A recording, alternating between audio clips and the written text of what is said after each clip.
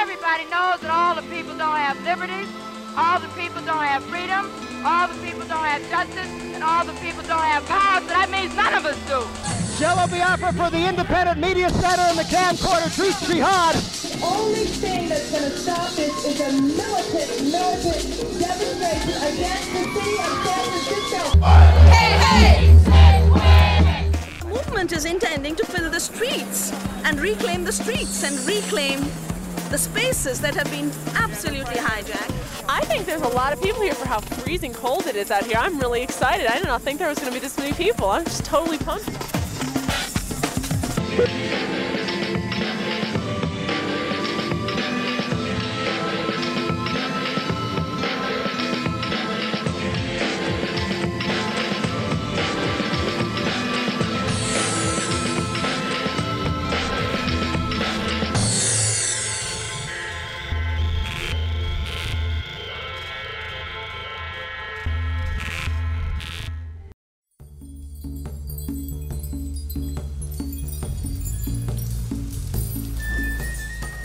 Our international border with Mexico crosses some of the most biologically rich lands in the world, spanning countless mountain ranges, 2 of North America's 4 deserts, and major river ecosystems. Some of the plant and animal species found here are found nowhere else on Earth. These areas provide important habitat for rare and threatened animals and plants. But these vital wild places are under assault by a border policy that operates above the law. The proposed border wall will not stop human migration, but instead does unnecessary and serious harm to precious natural areas. In California, the U.S.-Mexico border draws a line south of San Diego on the boundary of the Tijuana estuary, a fragile and remarkable ecosystem that supports life at land and sea. It's the last big saltwater marsh that's intact that's left in Southern California. In Arizona and New Mexico, the borderline bisects an area known as the Sky Island region. This area hosts some of the northernmost ranges of tropical species from the south, and it also hosts some of the southernmost ranges of some of the northern species. There's a wide array of mammals in the region. It makes this region very rich. Texas can boast the most miles of binational habitats, ranging from the mountains near El Paso to an interconnected network of wildlife refuges along the river. You have an enormous diversity of species, particularly bird, but also including mammals and reptiles and everything else. All of this diversity that exists down here is really confined to very small patches of habitat. And really the river is what links all of these together and makes these scattered bits of habitat viable. Sadly, the biological significance of these lands and the environmental laws that protect them are being ignored by current U.S. border policy. Wildlife, migrations, cross-border flow of all of these natural systems will be disturbed, but people will go around under the wall. Border Patrol says over and over again that it only slows somebody down by 5 minutes. So we're going to spend billions of dollars to slow somebody down for 5 minutes? It's not going to stop the immigration problem. It's going to move it to another area. So has it really solved anything other than significantly impacting the resources in our county? That's the question. What this barrier will accomplish will be to cut this very rich region in two, to block all corridors and wildlife passages. There's also the concern that there will be a lot of clearance of vegetation to give them a clear line of sight from the wall to the river. In some places the wall is as much as a mile away from the river, and there's a lot of concern about what will happen to the backside of that. The federal government is able to construct the border wall without taking ecological issues into consideration because in 2005, the Real ID Act was signed into law. The Real ID Act gives the Secretary of Homeland Security the power to waive all local, state, and federal laws.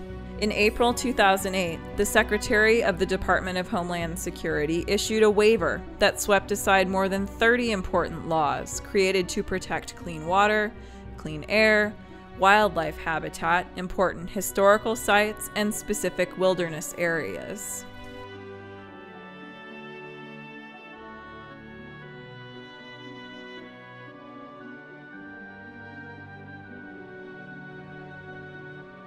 Every environmental law that this country has built up since the mid-1960s, in a heartbeat, can just be dismissed.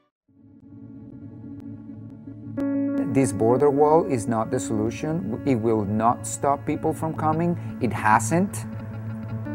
However, its effects on many other aspects of this region will be devastating.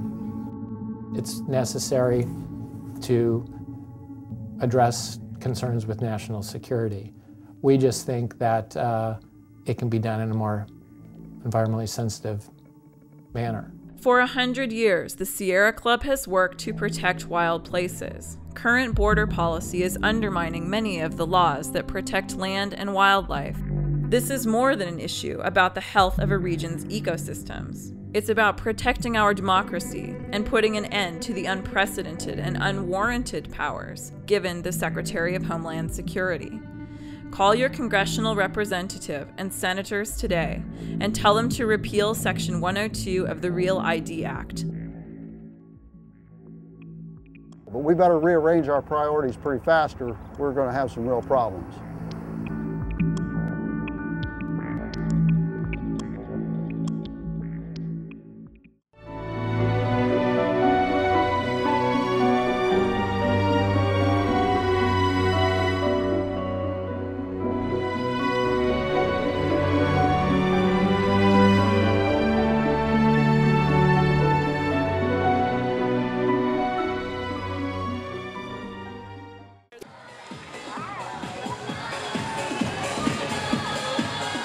Seattle has a really great Pride Parade, and it's a really great community.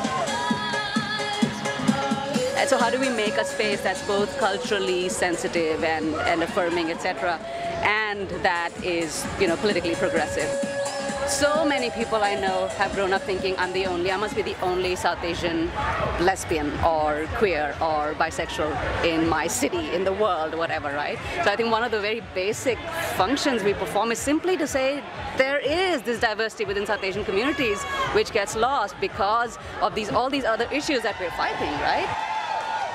I think one of the things that you hear very often is that if you're gay, then there's sort of this equation that if you're gay, you must be white. And I think there are historical factors that make certain communities more, that make communities want to be more homogenous, right? So if you're sort of facing racism every day, then you're thinking that, that being queer is sort of a secondary issue or something. It's just hard within South Asian communities to be out. I think there's huge fear, and that's why it's so important to have South Asians, however they're identifying, marching, because just that simple statement of saying that there are folks who are both South Asian, recent immigrants, or first gen or second gen or whatever it is, and queer or bi or questioning, etc. I think just that is such a powerful statement. I'm Sister Lotus of all, or the Sisters of Perpetual Indulgence.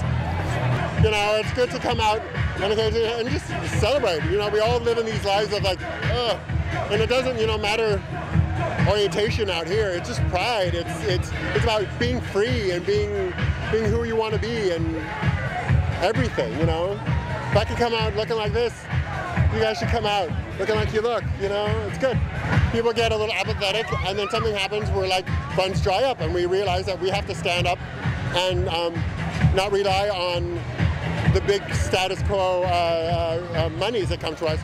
Raise it for ourselves, do a show, sell Jello shots and give them to your community, You're going to drink anyway, might as well make some money. There is a challenge for people of color to really find deep, a space to be deeply themselves, not just the superficial cultural food, festivals and clothing fabrics. Yeah, going beyond that and really talking about the deeper issues of our identity. It's a little bit hard. I find it sometimes more difficult here because it's predominantly white city. But on the other hand, it's just so progressive. So it also, if we could do the work, then I think then we can move forward. We can't let other people, we can't wait for somebody to do the work that we need to do. So that's what I think we're all about. As for these companies, like having a spot in the parade, I really appreciate that because, I mean, these are companies that really truly believe what they're saying, you know? There's plenty of companies out there who give millions and millions of dollars to anti-gay legislation. It's nice to know that some companies like Microsoft are supportive of their gay employees, you know, and aren't trying to undermine the movement, if you can say there's even a movement anymore. We found ourselves in a stagnant moment in the movement because we don't have the equal rights, but we're socially acceptable, and it seems like we're not passionate about getting those equal rights because we're okay just being us, I guess. I guess I'm being pessimistic though, because the reality is, like, probably at least half the people here actually believe in something and care about something and they're fighting for something. But, well, you see it here, but it's like the media always focuses on like the half-naked men or like the crazy drag queens that are like really loud and flamboyant, you know. And they definitely have their place in the movement, and I respect that, but when that's all that everybody ever sees, you know, like, it's hard to take the rest of us seriously, you know. But that's not really their fault or our fault, you know. That's kind of a media thing, you know. Latinos are disproportionately affected by HIV and AIDS. And so that's a big part of our work. We're also really involved in addressing, you know, issues of homophobia in the Latino community on the one hand, and then also racism in the general community, in the gay community as well. So even though Seattle is a great community, there's always challenges and there's always more work to be done.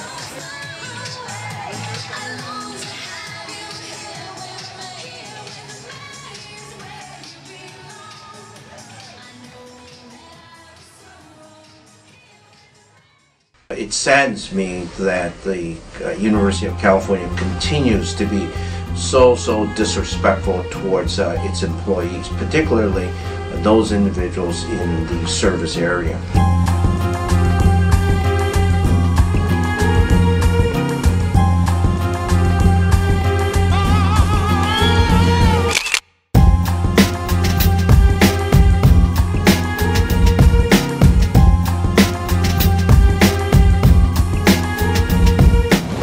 We've been negotiating with the university for close to a year now for a fair contract for the next 3 years, and the university is offering 0 guaranteed raises.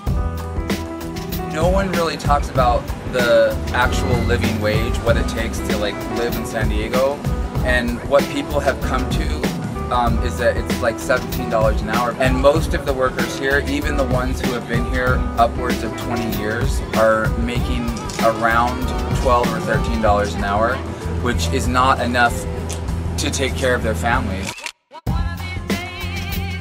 university waited until the end of the last shift on Friday and began their intimidation campaign. They went to each worker and served them with a court order saying that your strike is illegal and that if you go out on strike, you will be terminated, you will face discipline. That's a really powerful intimidation tactic. No court has said that our strike is unlawful. What they're doing is illegal. That threatening workers under the Higher Education Employer-Employee Relations Act is illegal. But as a group, we're going to fight them until the end. We're going to fight them until the end. Can we be intimidated? Can we be intimidated? Do not be afraid of the administration scare tactics. You will not get fired. Come out and join us.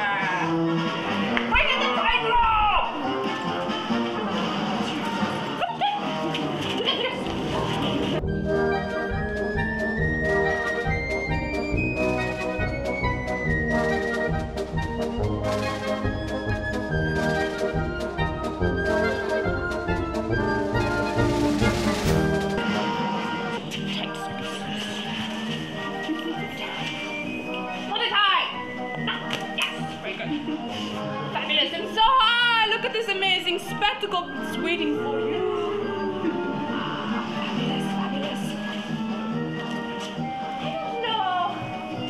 You seem like such a special audience. I think that for you, we'll take away the net.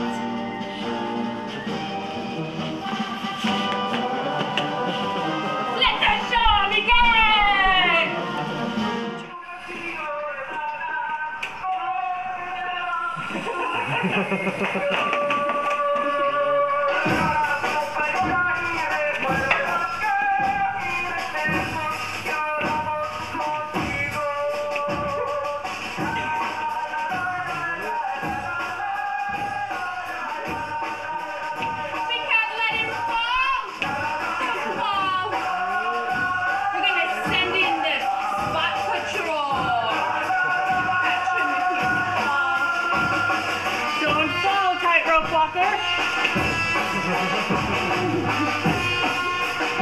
You don't have a safety net.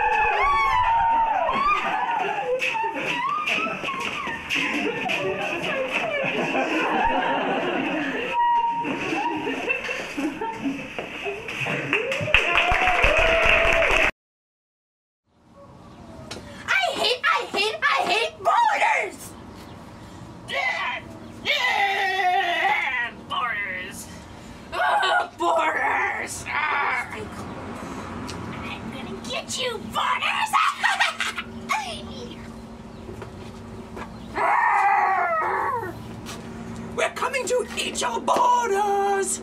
Yummy, yummy borders! Got borders? I hate borders! I'm going to knock you down, borders!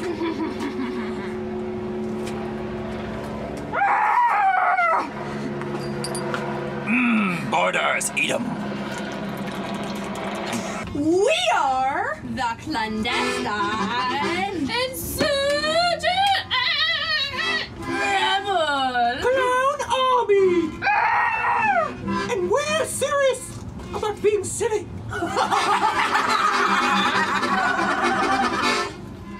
We were like closing up, and then I turned around, and there's this woman like right there, and she said, "That was really, really great." And I was like, wow, this is really exciting. Like, some of the things I was really worried about was how would people in the Mexican American community respond to this? And Olympia was the first performance we did. So I was really excited to hear a Mexican American woman come up to me and say that was really exciting, and that, you know, say that I really enjoyed that. And I was like, really? That's so great to hear. And she told me how she felt about humor and how that can create a healing space. I feel like it was like really encouraging in the sense of that was what we were hoping. Like, we were hoping that that is a space that we could create.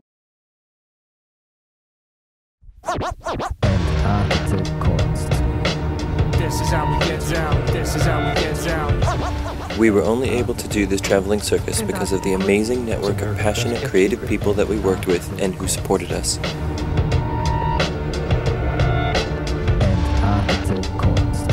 Thank you to all the people, groups, venues, independent media makers, artists, and the people who joined us in our workshops and performances.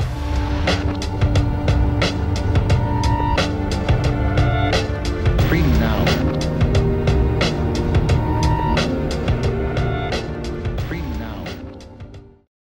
So I think all the good things that biotechnology are doing, it's all problems they created in the first place. They're creating their own industry. It's like organized crime. Companies are not required to label their genetically modified food.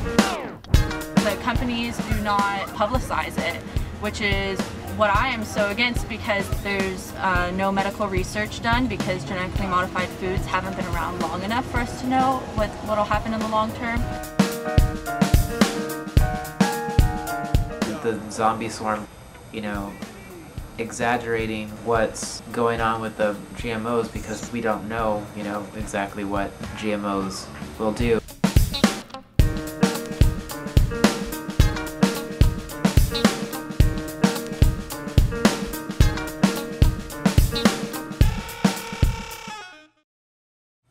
A big part of the problem is that people are separated from their land base, and people aren't trying to protect the land if they're separated by it. And I think that biotech is a big demonstration of what happens when people are separated from the land.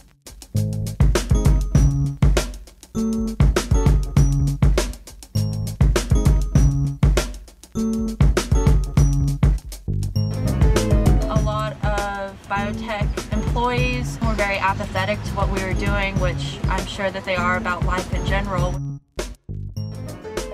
There's a really free market that is based on gift economy or barter economy, where people give away things that they don't want anymore or trade them.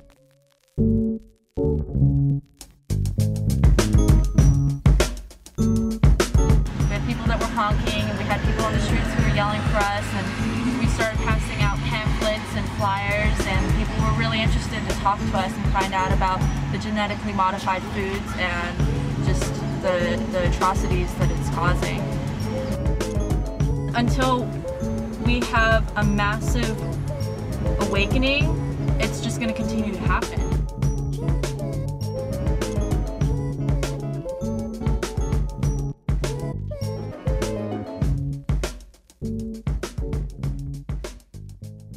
It's okay to kill in the name of democracy.